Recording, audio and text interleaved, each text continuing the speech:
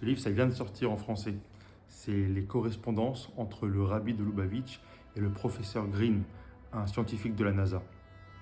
Une des lettres qui m'a le plus marqué, c'est une des premières lettres que le professeur Green va adresser au rabbi suite à une visite qu'il a faite chez lui.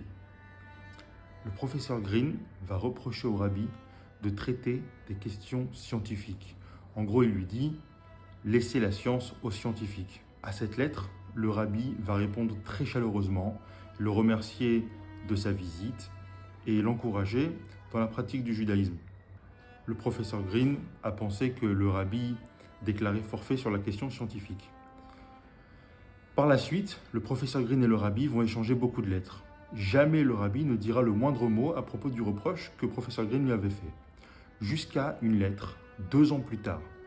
Suite à l'annonce du professeur Green d'avoir inscrit ses filles dans une école juive, le rabbi va lui répondre avec des félicitations. Et en post-scriptum de cette lettre, le rabbi lui expliquera la raison de son silence sur la question scientifique pendant 2 ans.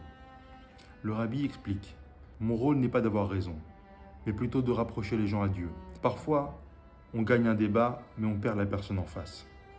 Aujourd'hui, vous êtes prêts à entendre ce que j'ai à vous dire. » Et là, le rabbi va répondre point par point, avec une précision académique, sur chaque question scientifique, en expliquant qu'il avait toute la légitimité pour traiter ces questions, ayant notamment étudié à l'Université de Berlin et à la Sorbonne.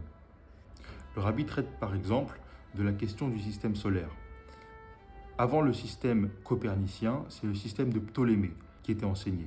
Les deux ont toujours été enseignés comme des vérités absolues, bien qu'aujourd'hui, nous savons qu'avec la théorie de la relativité, quand 2 systèmes évoluent l'un autour de l'autre, il est impossible de savoir lequel tourne autour duquel.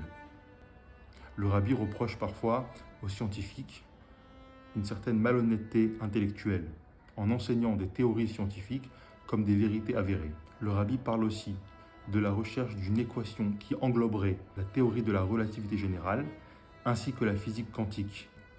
Et cette équation-là serait l'expression de l'unicité de Dieu dans le monde.